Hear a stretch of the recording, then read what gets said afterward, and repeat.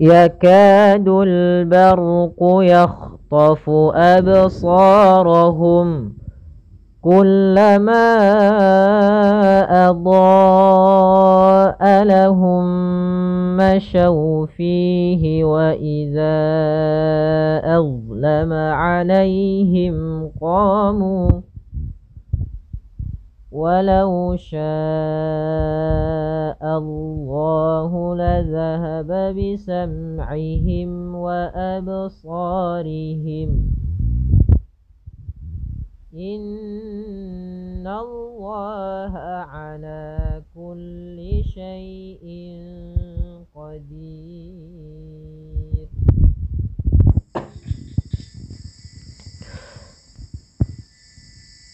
Pada bacaan yakadu di sini atau pada lafal yakadu ada hukum tajwid berupa mad tabi'i pada huruf kaf, yaitu adanya fathah bertemu dengan alif. Kita panjangkan untuk huruf kafnya sepanjang 2 harakat karena dia mad tabi'i. Karena dia bacaan mad tabi'i. Mad tabi'i. Panjangnya 2 harakat. Kemudian kita langsungkan yakadul barqu, yaitu di sini ada alif lam, yaitu kita namakan dengan alif lam qamariyah. Itu alif lam yang ditulis dan dibaca. Kemudian barqu, di sini ada huruf ra yang berharakat sukun sebelumnya fathah, kita namakan dengan ra tafkhim, ra yang tebal. Kemudian barqu yakhtafu absarahum. Huruf kha jangan dipantulkan. Ya, kemudian fu, di sini huruf fa. Ya, salah satu sifat huruf fa yang adalah yaitu sifat hamesnya. Sifat mengalirnya nafas ketika melafalkannya. Fa, fi, fu. Maka jangan dibaca dengan pa, pi, pu, jangan pakai p, tapi dia f. Yakhtafu. Kemudian pada lafal absarahum, pada lafal ba sukun, ini kita namakan dengan bacaan qalqalah. Apa itu qalqalah? Qalqalah yaitu memantul. Maka jangan dibaca absarahum, harus ada pantulannya, absarahum. Nah, adapun pantulannya pun jangan sampai terbaca dengan adanya hamzah. Nah, tidak dibaca dengan adanya hamzah yang dimatikan, misalkan absarahum, ini ada hamzah, maka kurang tepat. Kemudian yang kedua, tidak boleh sukun atau tidak boleh berhenti. Misalnya absarahum, nah, harus saja mengalir, ya, dia berjalan. Absar, seperti biasa saja pantulannya. Absarahum, absarahum. Nah, seperti itu untuk qalqalah. Kemudian pada lafal sha, di sini ada hukum tajwid berupa mad tabi'i, yaitu ditandai dengan adanya fathah bertemu dengan huruf alif. Maka panjangnya di sini 2 harakat. Maka absarahum.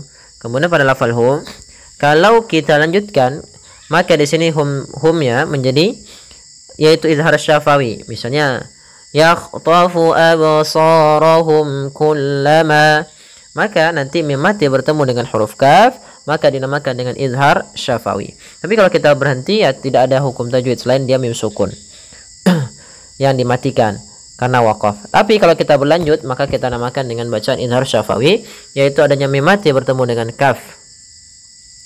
Izhar artinya jelas, syafawi berkaitan dengan bibir kita. Karena makhraj huruf mim berkaitan dengan bibir, maka dinamakan dengan izhar syafawi.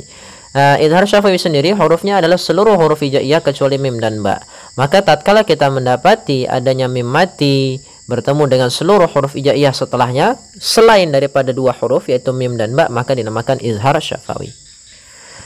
Kemudian pada kata kullama, di sini ada bacaan mad jaiz munfasil. Apa itu mad jaiz? Ya, kita urai. Mad artinya panjang, jaiz artinya boleh, munfasil itu kapan terjadinya? Ayati hamzah atau ayati hamzun ba'da harfi maddin, atau apabila datangnya huruf hamzah. Di sini ada huruf hamzah datang setelah huruf mad berupa alif. Di sini ada juga mad, itu ada huruf mad kan 3 ya, yaitu alif, waw, ya, yang dia tidak berharakat, maka dinamakan dengan huruf mad. Maka Bagaimana cara membacanya? Yaitu kita panjangkan dahulu huruf ma-nya sepanjang 2 harakat. Maka sepanjang 4 harakat. Ya, sepanjang 4 harakat atau 5 harakat. Dia hampir ya sama seperti mad wajib muttasil kalau jalur Imam Syatibi. Maka kullama adha'a lahum, dipanjangkan. Ma-nya sepanjang 4 harakat. Kemudian pada fal adha'a lahum, di sini ada bacaan mad wajib muttasil, yaitu adanya hamzah yang datang setelah huruf mad juga, cuma hamzanya di sini pada satu kata. Sementara mad jaiz itu bedanya dengan mad wajib adalah letak huruf hamzahnya. Kalau hamzahnya dalam satu kalimat atau satu kata, maka dinamakan wajib muttasil. Bila hamzahnya di lain kata, maka dinamakan dengan mad jaiz munfasil. Kita panjangkan sama adha-nya. Adha lahum masyaw fihi wa idza. Kemudian pada lafal mim mati bertemu dengan mim, di sini yang kami garis bawahi, yaitu kita namakan hukum tajwidnya idgham mimi.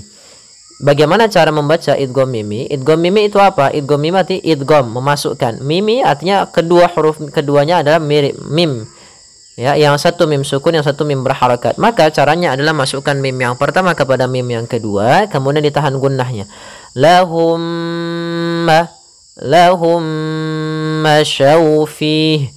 Kemudian syaw di sini ada bacaan lin, yaitu adanya huruf waw yang sukun yang didahului dengan fathah. Maka bacaan lin itu terjadi dua kondisi, apabila ada fathah bertemu waw atau fathah bertemu ya mati. Maka itu kita namakan dengan bacaan lin. Kemudian fihi ada bacaan mad tabi'i pada lafal fi, yaitu ditandai dengan adanya huruf ya sukun didahului dengan kasrah. Kemudian wa idza azlama, hati-hati dalam melafalkan huruf zal, jangan sampai kita membacanya dengan za. Misalnya wa iza azlama, hati-hati. Kemudian pada lafal za sendiri, ini ada hukum tajwid berupa mad jaiz munfasil, sama seperti kullama, yaitu adanya huruf hamzah yang datang setelah huruf mad dan hamzah tersebut di lain kata. Maka kita panjangkan pada lafal za itu sepanjang 4 harakat untuk mad jaiz munfasilnya. Maka wa idza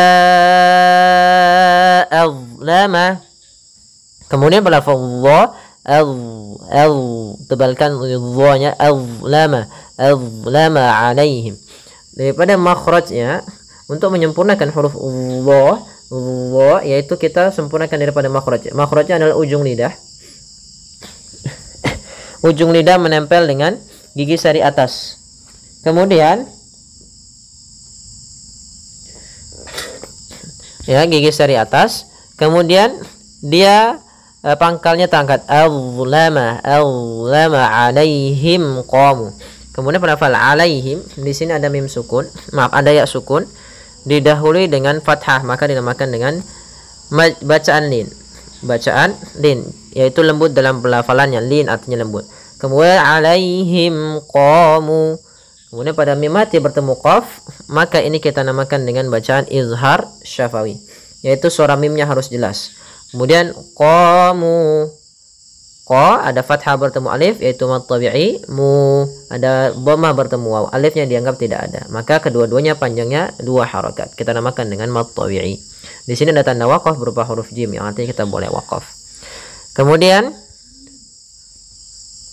walau sya'allah, pada lafal walau di sini ada bacaan lin kembali, adanya fathah bertemu waw. Sya'allahu, ada bacaan mad wajib muttasil sebagaimana adha, yaitu adanya hamzah yang datang setelah huruf mad dan hamzah tersebut pada satu kata. Panjangnya kita panjangkan sya-nya 4 harakat. Kemudian Allahu, Allah, ya, a-nya tipis, kemudian lafal Allahnya tebal. Di sini lafzul jalalah lam tebal, maka kita namakan dengan lam tafkhim. Untuk panjangnya juga dia lamnya 2 harakat, maka juga kita namakan dengan mad tabi'i.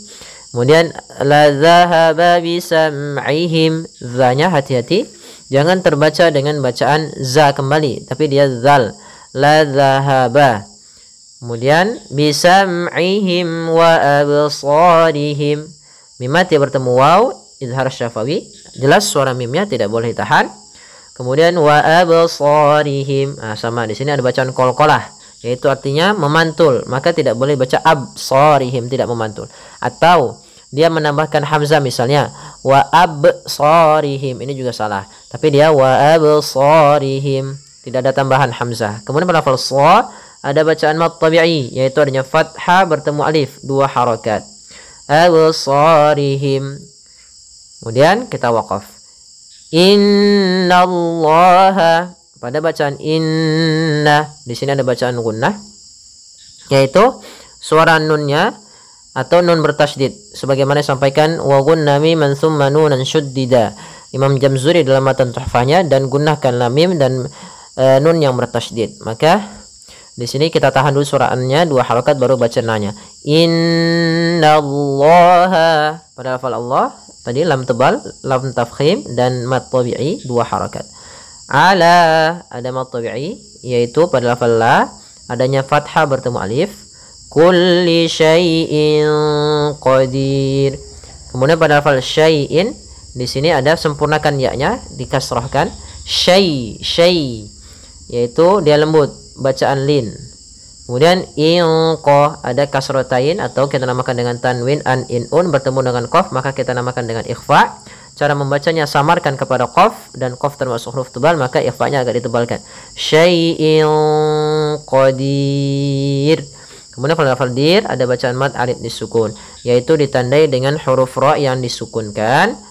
Atau mad arid ini terjadi karena ada sukun arid, sukun yang ditimbulkan karena waqaf. Awalnya qadirun, kemudian kita waqaf menjadi qadir, tapi sebelum huruf ra yang dimatikan ada huruf mad berupa ya, maka di sini kita namakan dengan mad arid disukun. Panjangnya berapa harakat? Kita boleh memanjangkan 2 harakat, boleh 4 harakat, dan boleh pula 6 harakat. Kita ulangi lagi. Yakadul barqu yakhtafu absarahum kullama adaa lahum mashaw fihi wa idza azlama alaihim qamu walau syaa'a Allahu ladhahaba bisam'ihim wa absarihim innallaha ala kulli syai'in qadir. Ya ayyuhan nasu a'budu rabbakumul ladzi khalaqakum walladzina min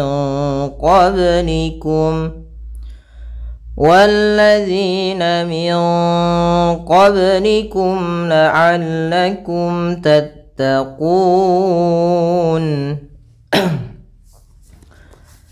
Pada bacaan ya ayyuha, di sini ada bacaan berupa mad jaiz munfasil, yaitu mad yang terjadi apabila adanya huruf hamzah datang setelah huruf mad.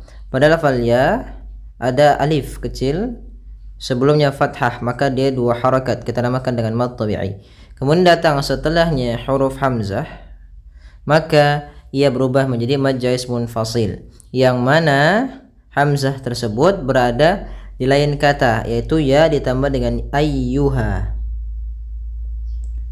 Sehingga di sini kita jadikan mad jaiz munfasil, yaitu hamzahnya terpisah daripada atau berada di lain kata. Karena mad jaiz munfasil yaitu apabila adanya huruf hamzah yang datang setelah huruf mad dan hamzah tersebut di lain kata, maka kita panjangkan sepanjang 4 harokat atau 5 harokat. Untuk mad jaiz munfasil dalam riwayat Imam Hafiz an Asim dari jalurnya Imam Syatibi. Kemudian maka cara membacanya yaitu ya ayyuha, kemudian ayyuhan nasu. Di sini ada alif lam, yaitu alif lam syamsiyah, yaitu alif lam yang dia ditulis tapi tidak dibaca. Kemudian pada lafal an-nas itu ada bacaan gunnah pada huruf nunnya, maka sehingga dia cara membacanya yaitu kita tahan dulu suraannya ayyuhan nasu, baru kita baca nanya Nah, pada lafal na sendiri ada hukum tajwid berupa mad tabi'i. Panjangnya yaitu 2 harakat nasu. Ya ayyuhan nasu a'budu. Kemudian pada lafal du di sini ada bacaan mad tabi'i, yaitu ditandai dengan dhammah bertemu dengan huruf waw sukun, maka kita panjangkan 2 harakat. Kemudian rabbakumul ladzi khalaqakum. Kemudian di sini ra-nya tebal, rabbakumul ladzi. Di sini pada lafal alladzi ada alif lam syamsiyah. Alif lam syamsiyah yaitu alif lam yang ditulis tapi tidak dibaca.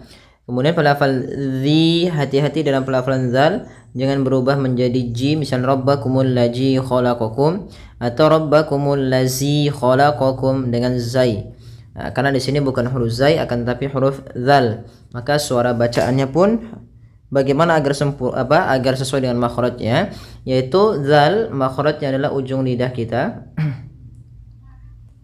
Ujung lidah kita menempel dengan gigi seri atas, ya, sehingga dia terbaca zi bukan lagi zi.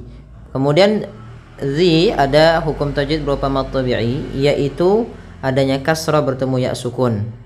Kita panjangkan 2 harakat.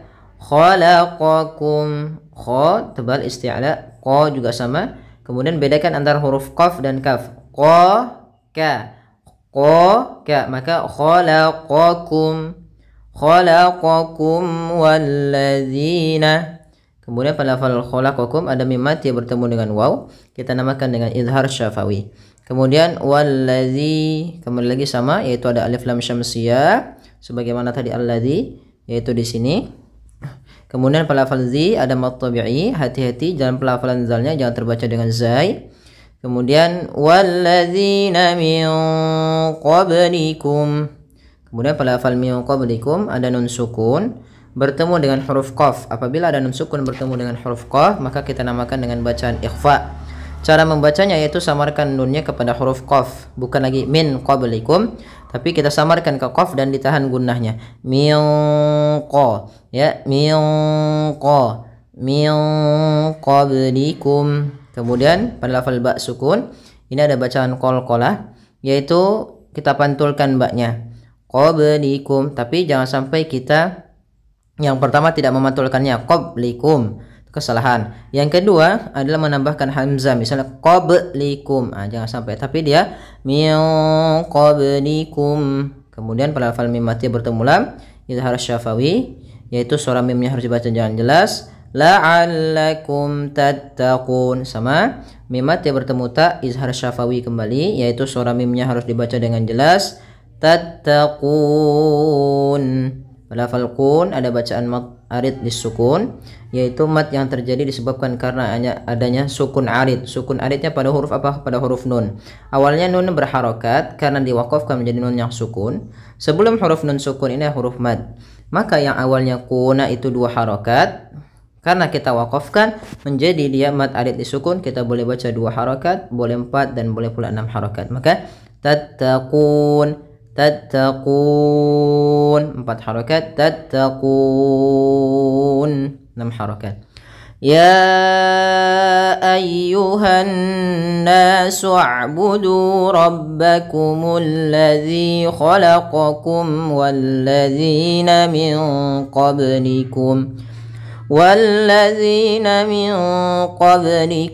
la'allakum tattaqun. Ya, semoga bermanfaat. Jazakumullahu khairan.